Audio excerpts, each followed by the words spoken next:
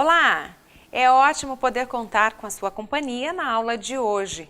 A seguir, você acompanha Cristiane Kestes da Silva Leite, professora de graduação e pós-graduação do curso de Gestão de Políticas Públicas da USP. Nesta aula, ela irá falar sobre as políticas públicas, focando a trajetória histórica do campo. Continue acompanhando o curso Formação em Direitos Humanos e Cidadania, Teoria e Prática e tenha uma excelente aula.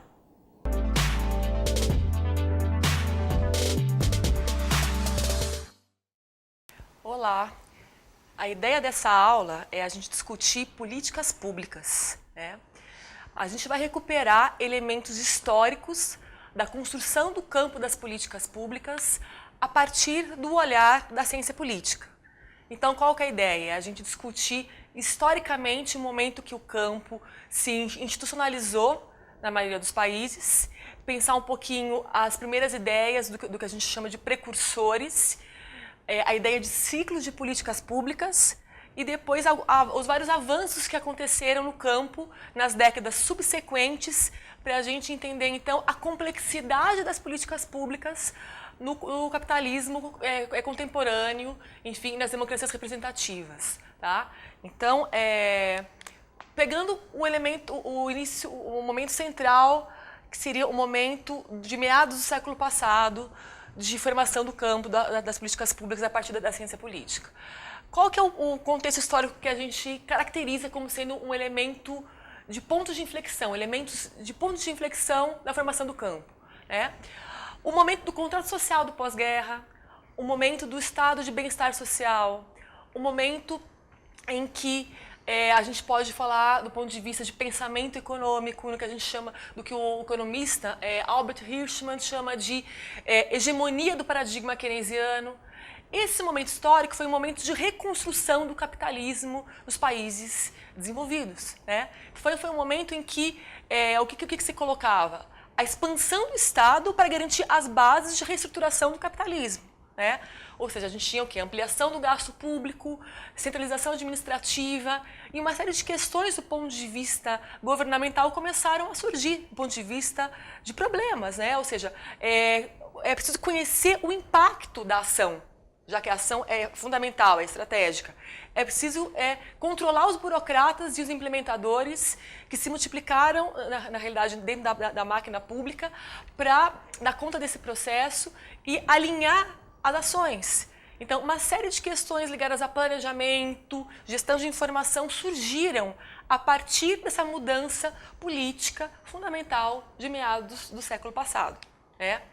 Bem, a gente pode ter como marco, na realidade, os Estados Unidos como sendo o país em que começaram a surgir estudos, né? A gente cita o Laswell, um autor clássico, né?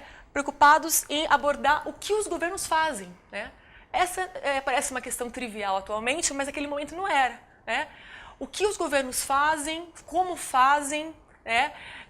Pensando a tomada de decisão a partir de uma racionalidade abrangente, né? E pensando que era um momento em que se dava a supremacia dos formuladores e dos planejadores nesse contexto de tomada de decisão estratégico, né? Então, esse foi um momento fundamental de construção do campo com essas marcas, né? Como que se buscou entender a complexidade das políticas públicas, né? A suposição aqui é que as políticas públicas se comportam como num ciclo, né?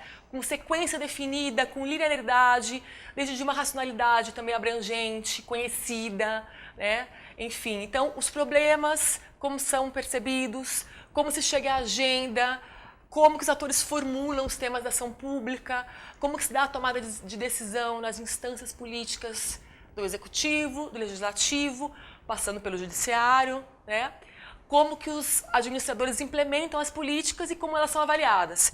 É como se fosse uma sequência necessária. E depois, mais para frente, isso vai ser percebido como algo que é simplesmente uma descrição heurística, como algo que nos ajuda a entender o fenômeno. Mas o processo é muito mais complexo do que supõe essa sequência determinada nesse momento histórico aqui, né? Bem, já nos anos 50, a gente já tem, nos anos 1950, para ser mais preciso, a gente já tem alguns autores que vão questionar as premissas, os princípios dessas ideias do início do campo. Né? Então, o Herbert Simon, que foi um autor que ganhou o prêmio Nobel, né, trabalha com a seguinte questão: a tomada de decisão ela não se dá a partir da realidade das economias, dos governos, não se dá a partir de uma racionalidade abrangente e de informação perfeita, né? Como a gente estuda nos princípios da teoria neoclássica básica. A realidade das organizações públicas e privadas é pautada por uma racionalidade limitada, porque existe limitação cognitiva das pessoas que tomam decisão. Então, isso aqui é um ponto fundamental que começou a marcar o campo. Né? Outro ponto foi a contribuição do Lindblom, né? Nos anos 1960, que discutem o seguinte: nós estamos falando de produção de política pública em qual contexto? Nós não estamos falando de um laboratório ou de uma estufa protegida das variabilidades sociais e políticas. Nós estamos falando de políticas públicas em democracias. A tomada de decisão nesse contexto, ela é incremental. Ela é permeada por barganhas e negociações. Né? Então a gente tem o quê? Decisões ajustadas continuamente. E o ambiente é pluralista. Então algumas complexidades começaram a ser inseridas na formação do campo, e isso é muito importante para aumentar o grau de explicação que o campo oferece às questões reais. Né? Outro avanço importante foi a teoria da lata do lixo. Tem esse nome para chocar, na realidade, o debate de disputa de visões, mas ele chama atenção ao caráter não racional, ambíguo, imprevisível da tomada de decisão nos ambientes organizacionais dos governos. Né? Então, é uma contribuição importante. Né? O McCoy, Marty e Olsen chamam de anarquia organizada, que é um outro elemento nos anos 1970 que foge ainda mais daquele caráter de uma racionalidade abrangente, perfeita, ordenada, que era muito mais próximo dos princípios economicistas. A gente está caminhando mais no sentido organizacional e da sociologia das organizações. Enfim, os avanços eles continuaram. Né? Se a gente tem a tomada de decisão como um momento essencial de estudo, nos anos 1970 a implementação ganha um lugar muito importante. Né? A implementação é vista como um momento, começa a ser vista como um momento complexo, mas que deve ser estudado, porque transforma de forma bastante substancial as políticas públicas. Começa a se perceber que o formulador não define a política pública, mas a implementação tem um caráter fundamental. Né? Da mesma forma, quando a gente pensa, a partir dos anos 1980, os avanços que aconteceram na questão da agenda, na ideia da formação de um ambiente que faz com que alguns temas venham aos olhos dos governos, sejam merecedores da atenção dos governos, por assim dizer. Né? Então a gente começa a pensar em dimensões subjetivas. Não é só elementos objetivos que dão conta do processo, mas interpretações, debate de ideias, negociações e barganhas. É a política pública caminhando numa dimensão explicativa mais poderosa, buscando elementos sociais mais tangentes, mais importantes. A gente chega nos anos 1990 a 2000 com um avanço muito importante, que é a discussão de que as ideias importam para definir as políticas públicas. Né? Anos 90, anos 2000, você tem uma formação de um campo de conhecimento que discute a questão das ideias. Né? A gente tem que entender que contextos, fatores sociopolíticos, aspectos subjetivos, argumentos, discursos dos atores interferem nas políticas públicas reais. Inclusive, as políticas públicas, as ideias sobre elas navegam, elas circulam pelo mundo, que esse é um outro objeto chamado difusão de política pública, que também surge nessa atuada aqui de autores que discutem as dimensões subjetivas. Né? Então, em resumo, o que eu queria, na realidade, pontuar aqui na aula para vocês algumas ideias para a gente começar a fechar esse olhar sobre política pública. Né? A gente parte, então, de um momento fundante que discute uma racionalidade perfeita, né? para uma trajetória que caminha no sentido de entender a complexidade de ideias influenciando as políticas públicas. E não é só uma questão de paradigmas, de ideias conceituais fundantes, mas as crenças de quem formula, as crenças de quem implementa, os valores, as identidades, as ideologias, os discursos públicos da mídia, dos atores, tudo isso num caldeirão define a política pública. Né? A política pública ela se torna um fenômeno enraizado socialmente. Então, essa visão é uma visão muito interessante e que torna o campo permeado de questões multidisciplinares muito férteis. Né? Nessa toada, só para a gente também retomar, a tomada de decisão, ela foi inicialmente o ponto mais estudado.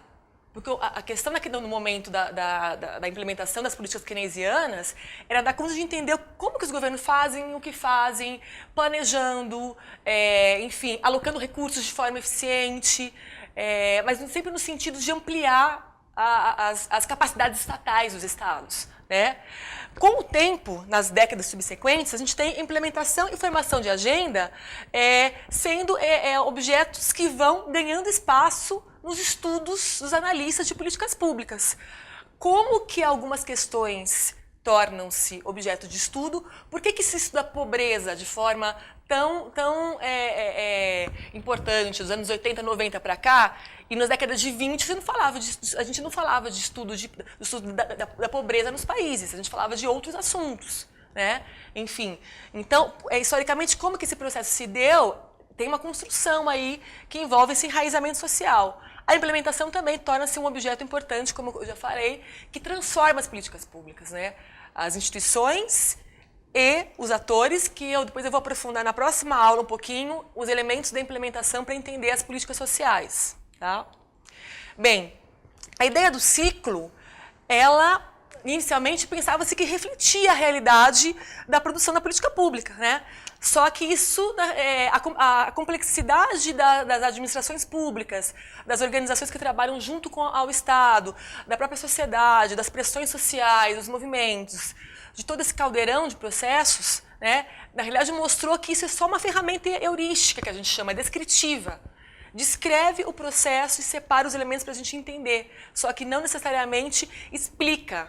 O processo é muito mais desorganizado, mais complexo, mais político e menos tecnicista e gerencialista do que pressupõe os princípios do ciclo. Então, isso é uma coisa muito importante para a gente pontuar aqui.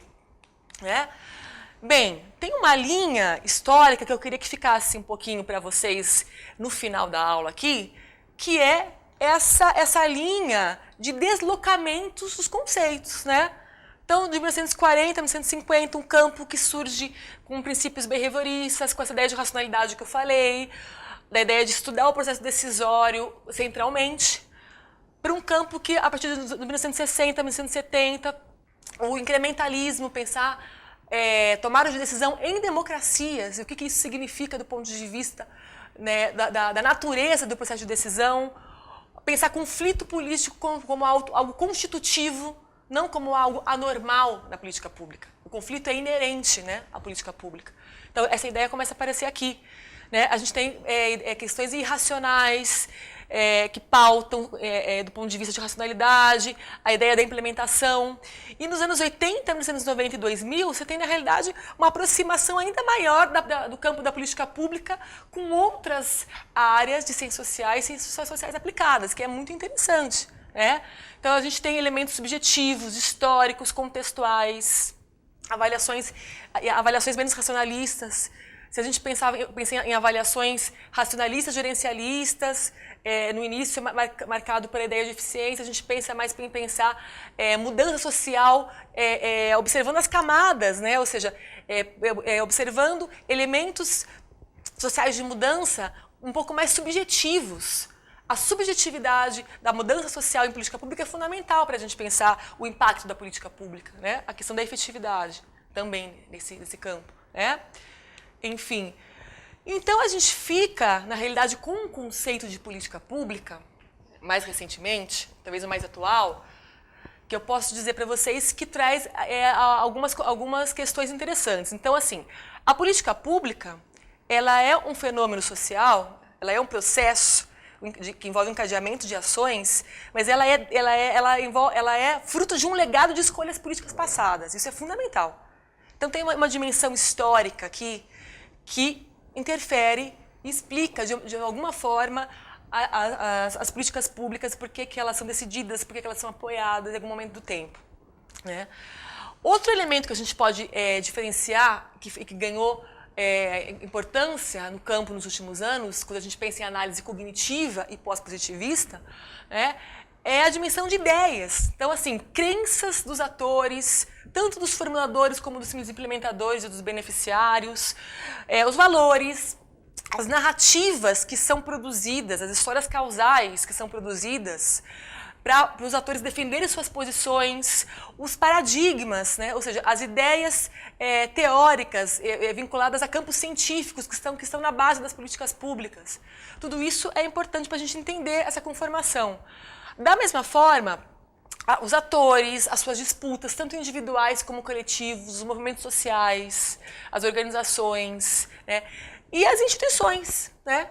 A gente fala das instituições clássicas, mas a gente também pode falar de instituições que ganharam importância nos últimos anos para a produção de política pública, quando a gente pensa em modelo gerencialista, né, no qual o Estado ele não oferece sozinho os serviços, mas que outras organizações, né, privadas também oferecem na forma de parceria, por exemplo, ou a partir de outras formas de contratos.